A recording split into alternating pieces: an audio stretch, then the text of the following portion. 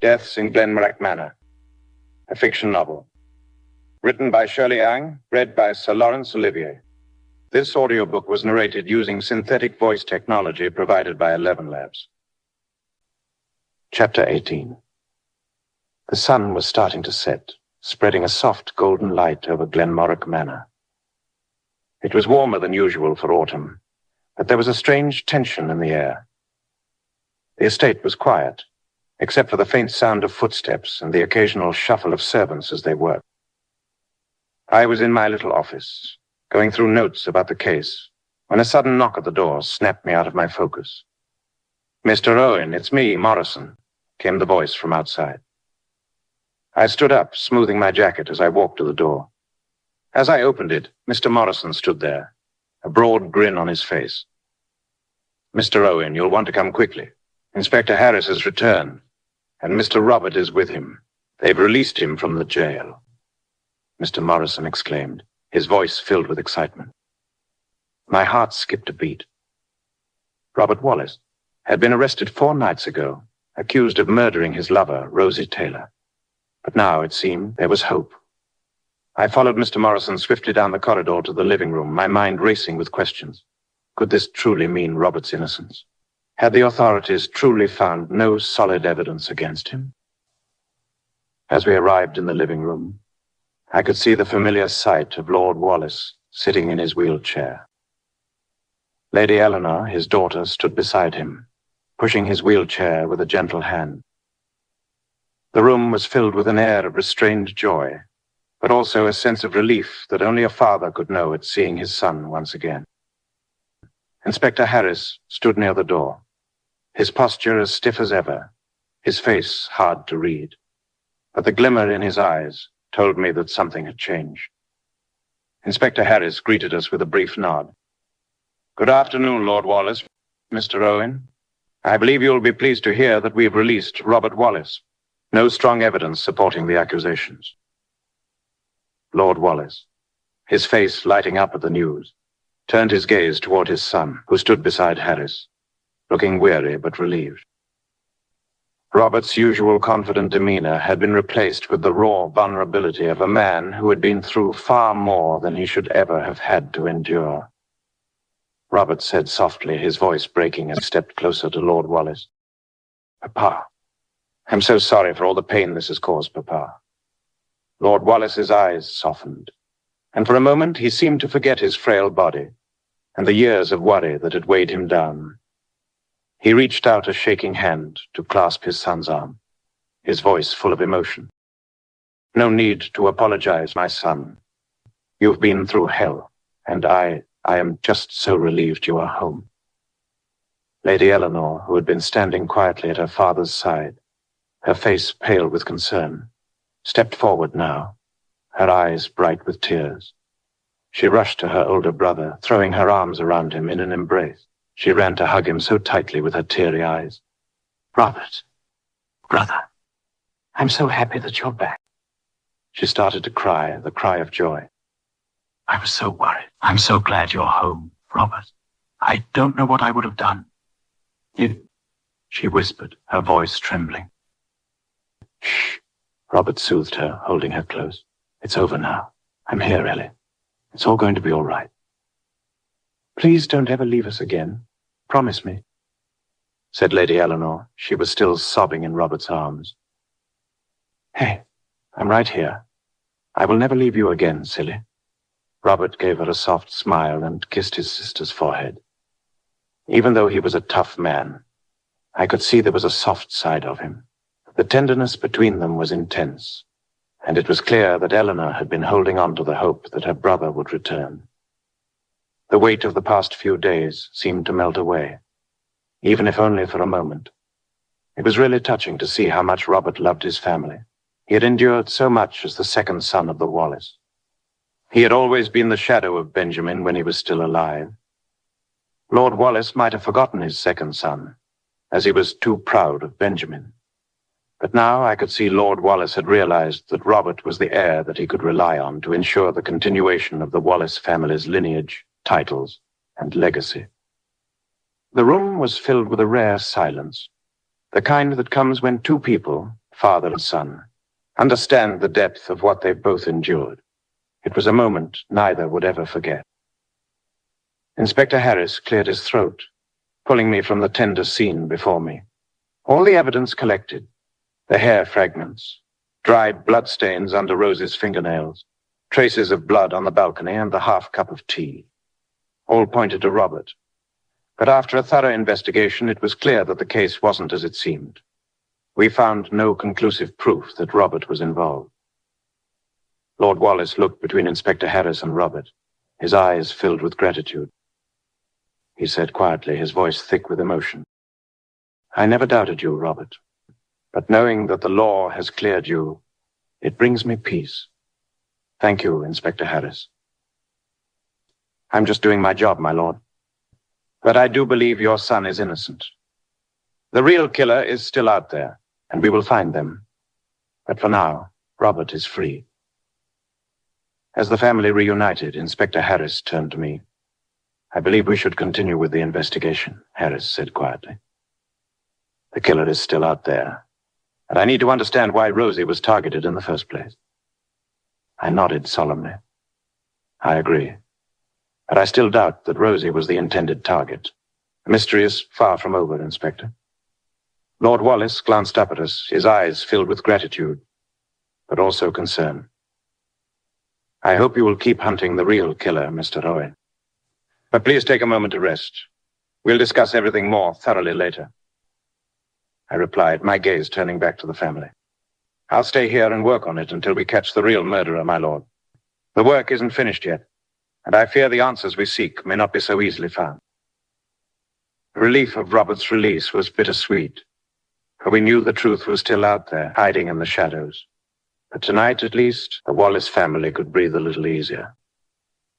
With a grim expression, Inspector Harris and I excused ourselves and stepped into a separate room to talk about further steps in our investigation. I saw the inspector had a folder in his hands. His face had the same hardened look it had worn ever since the tragic death of Benjamin Wallace. But there was something else now, an underlying urgency that matched my own. He closed the door behind us, taking a moment before he spoke. "Ernest, I trust you've been keeping up with the investigation?" I replied, motioning to the chair opposite my desk. "I've been trying.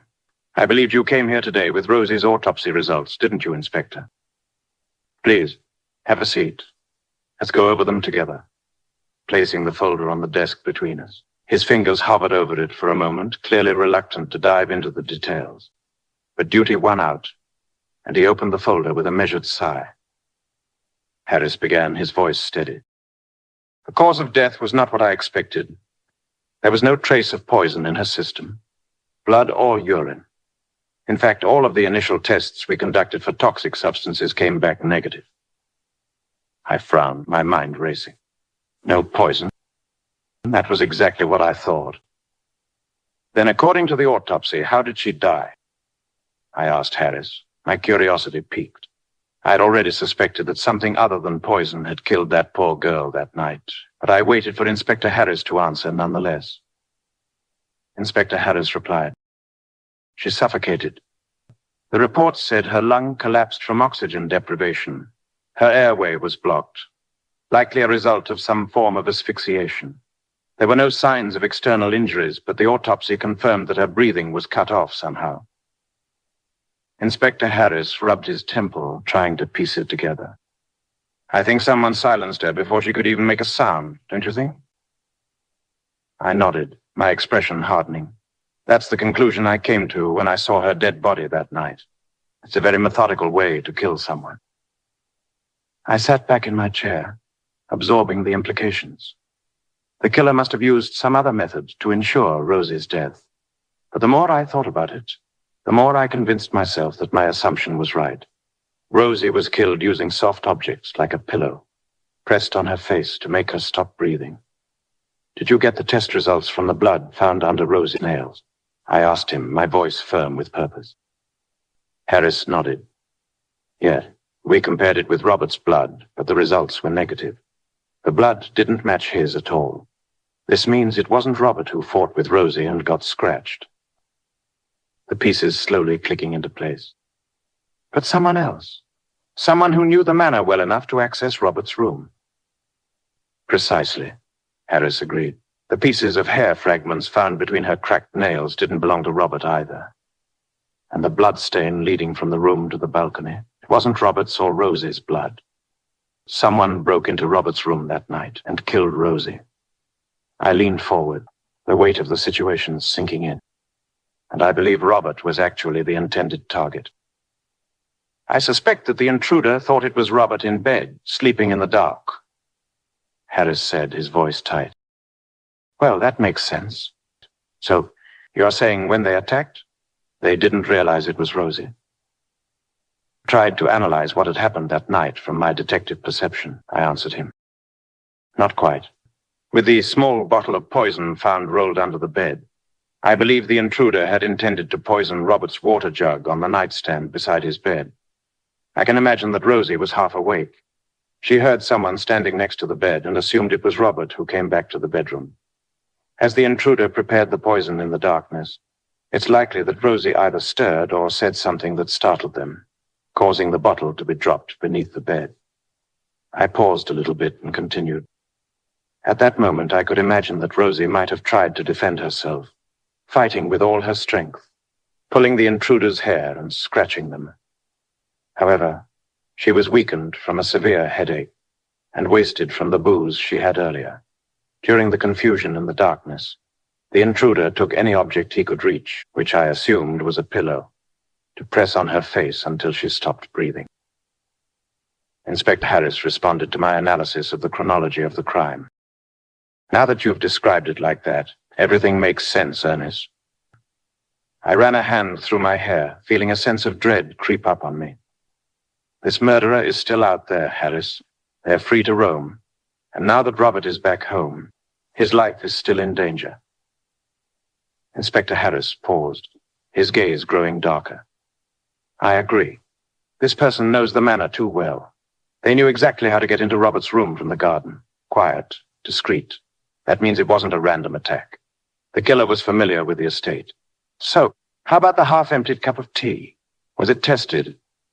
I asked him, recalling the tea that Robert prepared for Rosy. Harris confirmed. No contaminants were found. Robert was telling the truth. The half-empty cup was his, and the full one was for Rosy. She never had a chance to drink it.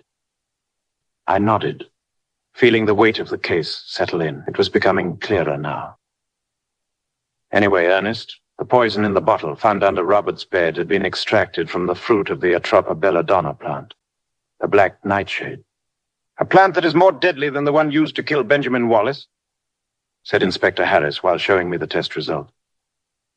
More poisonous plants, I muttered. The murderer is someone who knows how to grow and process these dangerous plants. This isn't just the work of a common criminal. Harris agreed.